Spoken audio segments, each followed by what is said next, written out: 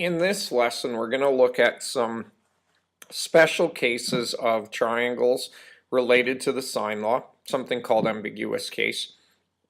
We're going to use what we already know about sine law to help us, and we're going to use some diagrams to help us also. So, let's get started. If we look at the scenario here, it tells us we have a side AB, which is 6 centimeters.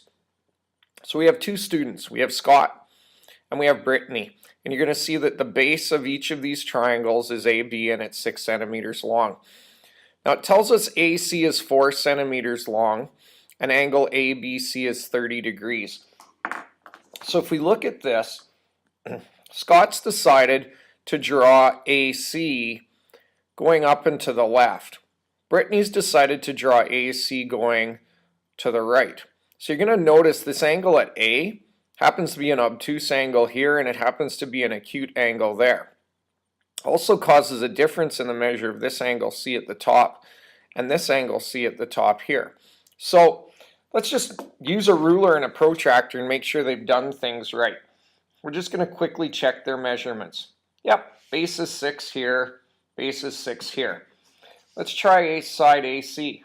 Yep, AC is 4 centimeters there. And yes, AC is 4 centimeters there. And if we quickly check the measure of this angle at B, it's 30 degrees.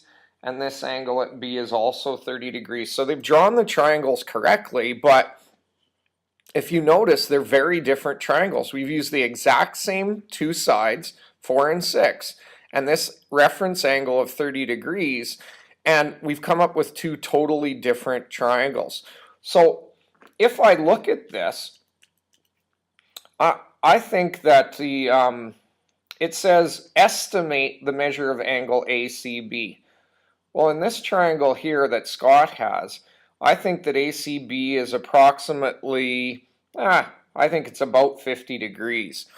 And if I look at the triangle that Brittany has, this angle ACB up here, I think it's about 130 degrees. That's just my quick estimate. So what they want us to do is they want us to actually use sine law and calculate the measures of these angles here.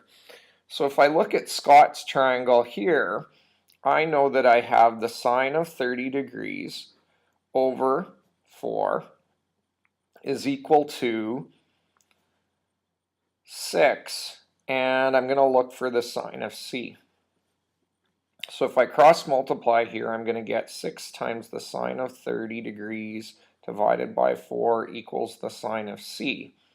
So if I calculate this decimal, take sine inverse, I actually end up finding out that the angle C is 49 degrees. Pretty good estimate. If we now look at Brittany's situation, in Brittany's situation, we've got the sine of 30 over 4 equals 6, and we've got the sine of C. So in Brittany's case, we end up with the same situation.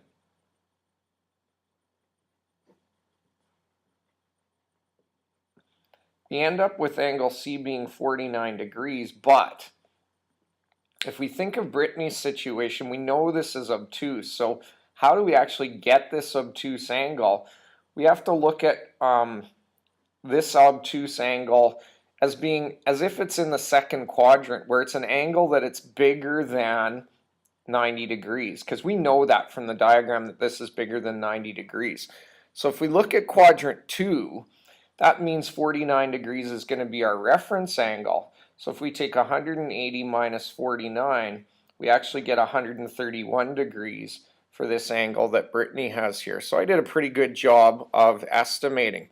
So basically what we've illustrated here is that you can have the same set of dimensions for sides and the measure of an angle, and you can create more than one particular triangle.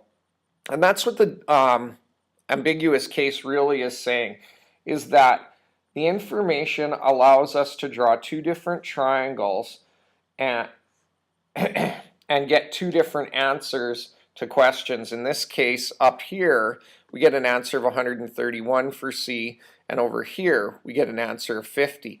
Both of these particular questions or answers are correct. If I had given you this information that is given to us here, and one of you chose to draw the triangle like Scott did, and another one chose to draw the triangle like Brittany did, and I asked you to calculate the measure of angle C, I would have to accept two different answers. I'd have to accept 49 degrees and I'd have to accept 131 degrees because in fact I can form two different triangles, so there are two different possible answers. So what we're going to quickly look at here is we're going to quickly look at a computer investigation. You're going to notice here that I have two sides. I have this side AC and I have this side CD, and right now CD has a length of 3. If I move CD around, you're going to see it is impossible to form any kind of a triangle with CD having a length of 3. And that is the case. Sometimes you'll be given information it's impossible to draw the triangle. If I make CD 5, I could form a triangle that looks like this, where this distance from C to D is 5 here. Or if I swing CD all the way around to here, I now get a completely different triangle, but CD still has a length of 5. So we could have an obtuse triangle, or we could have an acute triangle. Those are possible. Now, how do we know, without actually drawing this or without actually doing a computer simulation of some sort, how do you know if we have no triangle, if we have one triangle, or if we have two triangles? How do we actually know this? So that's what we're going to look at in the next part of our lesson here. So we're going to flip a couple of pages ahead in your workbook, and we're actually going to look at a couple of investigations here. What they're telling us in this case 1 of this investigation is they're telling us that this side AB is 3 centimeters, and they're telling us that we have a 30-degree angle. And they're saying draw AC, a length of 2.5 centimeters. Okay, so I'm going to get out my ruler.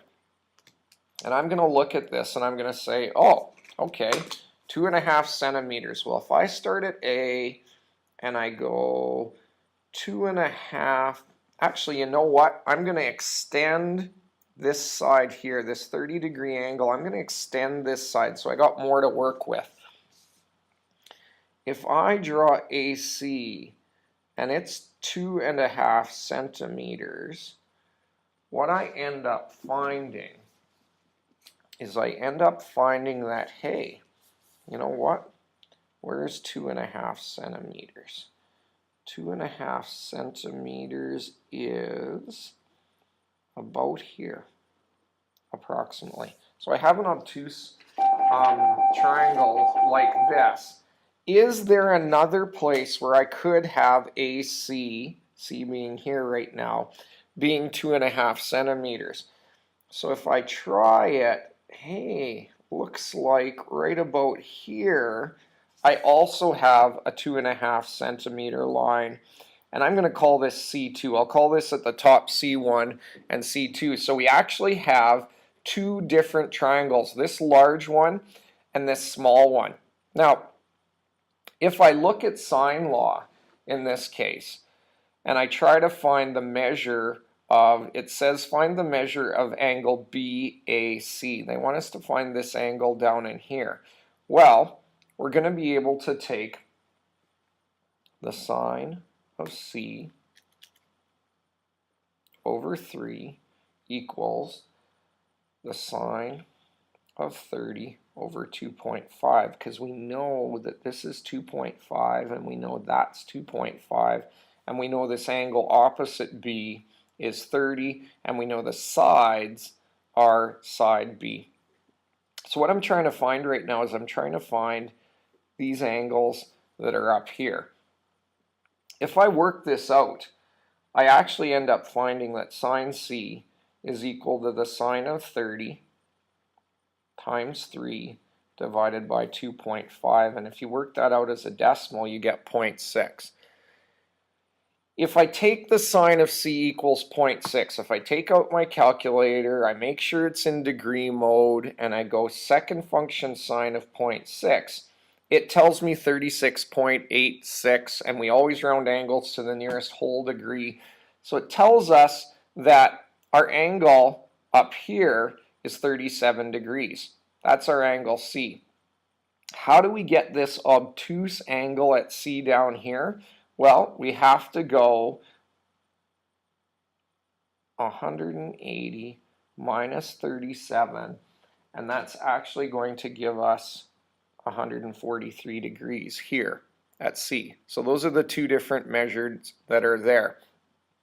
So the solutions to this problem, it says determine the measure of angle BAC. Well, BAC are these two angles down here. So if I go 180 minus 37 minus 30, because I know these two angles, I know this one's 37 and I know this one's 30, so I can figure this out. I get 113 degrees, and I can go 180 minus 30 minus 143, and I get that this small angle down here is 7 degrees. So I have two possible solutions here, which are 113 degrees and 7 degrees. Two different triangles based on our measures that they've given us, so we have two different possible solutions. If we look at the next situation, they want us to draw a triangle where AC is 4 centimeters long. So again, I'm going to take this side here that makes up our angle, and I'm going to extend it. If I now try to make AC 4 centimeters, that makes AC like this. If I try to take this side and I try to rotate it, there's no other place I can get a 4 centimeter long side in this particular question. What you're going to notice, if we go back to this first example, is that this reference angle at the top here that we found, this 37 degrees is bigger than the original angle that they gave us. If we solve this particular triangle, if we look for this reference angle up here, because we know this side is 4 centimeters, we get the sine of C over 3 equals the sine of 30 over 4. If we solve this, we get the sine of C to be 2 times the sine of 30 divided by 4. And if we calculate that out as a decimal, it's 0.375. If we take sine inverse of 0.375, we actually get our reference angle to be 22 degrees. In this case, because we could only draw one particular triangle, our angle BAC is going to be 180 minus 30 minus 22, which is 128 degrees.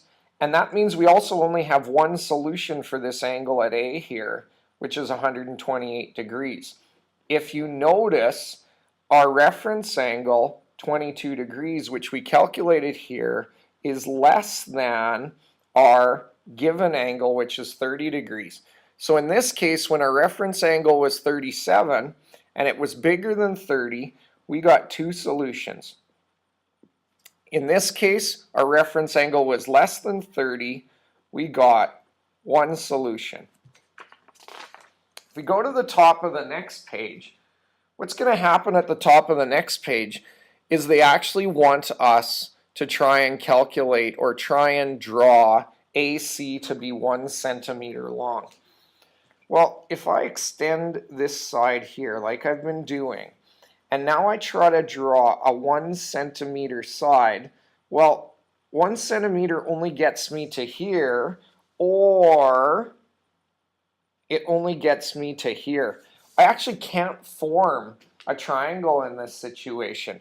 I can't draw a triangle which has side AC being 1 centimeter. So in this case, I have no solution. I have no reference angle, so that gives me no solution as well, because I can't find the solution. So if we look at these three examples, the things that I was looking at, and we're going to summarize what we've just found in relation to reference angles and the number of solutions. If the reference angle is greater than the given angle, that was our first example. The reference angle of 37 was greater than our given angle of 30. We have two solutions. In our second example, our reference angle was less than our given angle, so we had one solution. And the other case is I have no solutions because I can't even draw a triangle and I have no reference angles at all.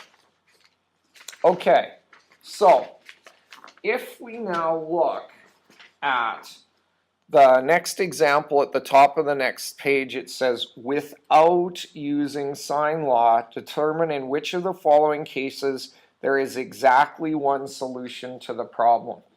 Okay, so if we look at this, it says calculate angle C in triangle ABC, where angle B is 56 degrees. Okay, so they're saying angle B is 56 degrees. Side B, this side over here is 12 centimeters long, and side C, which is this side down here, is 10 centimeters long.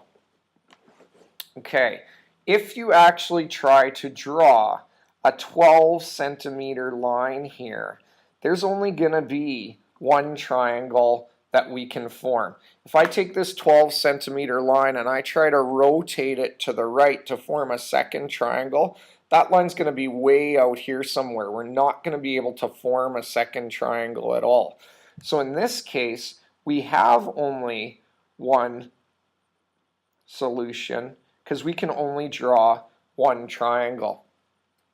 If we look at the next example, it says we're starting with a 41 degree angle at Q, P, and R. So this is 41 degrees. It says RQ, this side here, is 3 centimeters long, and PR is 4.2 centimeters long. Okay, so we draw PR to be 4.2 centimeters long. That's going to put this about like this. If we draw a 3 centimeter long side, we may have a triangle like this, or we may have a triangle like that. So we could have two possible triangles there. This does not have one solution because it wanted to know which of these has exactly one solution. Now, in this last example, it asked us to find all the possible measures of angle C in these particular triangles. So, if I take angle A and I make it 50 degrees, well, if I want to calculate my solutions, I probably should do a pretty good job of making angle A pretty close to 50 degrees. Where did I put my protractor? I know it's around here somewhere. I just had it to measure an angle. I'm starting to look like you guys when I give you protractors to measure things. The protractors disappear. Let's see. Let's see what happened here. Well, all right, I guess I'm going to have to pause the video and find another protractor. So, oh, here it is. Got it. Found it. It was on my desk here. Okay, so if we're going to draw a 50 degree angle, 50 degrees is right here. So, angle A is going to be 50 degrees. It says side A is 7.5 centimeters and side C is 9.5 centimeters. Okay, So let's draw the 9.5 centimeter side along the bottom here first. So that goes all the way to the edge of our paper over here. And it says side A is 7.5 centimeters. Okay, so 7.5 is right about there. Let's see, if I made 7.5 go over here, no, that would never work out. So we've got this particular situation. Okay, so this is angle C up here. This side here is 9.5 centimeters. And this side over here is 7.5 centimeters. Okay, so let's do some calculations then. We know that if we're going to find angle C up here, we're going to be able to say sine C over 9.5 equals sine 50 over 7.5. So if I calculate angle C, which is going to be my reference angle in this case, it's going to be the sine of 50 times 9.5 divided by 7.5. So when I solve for angle C, if I take out my calculator and I go sine of 50, close your brackets, times 9.5, hit enter, divide that by 7.5, hit enter. This gives us about 0.9703. And if I take the inverse of sine to get my angle, it tells me my angle at C is 76 degrees. So this angle up here they're saying is 76 degrees. Now, if we go back to our rules say if the reference angle is greater than the given angle, you have two solutions. Well, in this case, our reference angle is 76. Yes, it's greater than our reference angle of 50, so we have to have two solutions. One of the solutions is 76 degrees. To get the second solution, we're going to have 180 minus 76, which should give me 104 degrees. So our two solutions are 76 and 104. Now, in the next example, I'm not going to draw a picture. I'm just going to look at this situation. They tell me angle A, they tell me side A, they tell me side C. So that means in the sine law, I'm going to have to use A over sine, or sorry, sine A over A and sine C over C. Side A is 9.5, angle A is 50, so that makes this the sine of 50. We don't know angle C, that's what we're looking for, but side C is 7.5. In this case, we're going to calculate our reference angle C. So without even drawing a picture, we're going to be able to find our reference angle, and once we know our reference angle, we're going to be able to use our rules to decide how many solutions there are. So in this case, we get the sine of 50 times 7.5 over 9.5 equals the sine of C. If we convert that to a decimal, we get 0.6047 equals the sine of C. And if we take the inverse of sine, we get angle C to be 37 degrees. Well, 37 degrees is our reference angle. 37 is less than 50, so that means we only have one solution. That one solution happens to be our reference angle, which is 37 degrees. So, some tricky things related to some special cases of sine law that we have to take into account.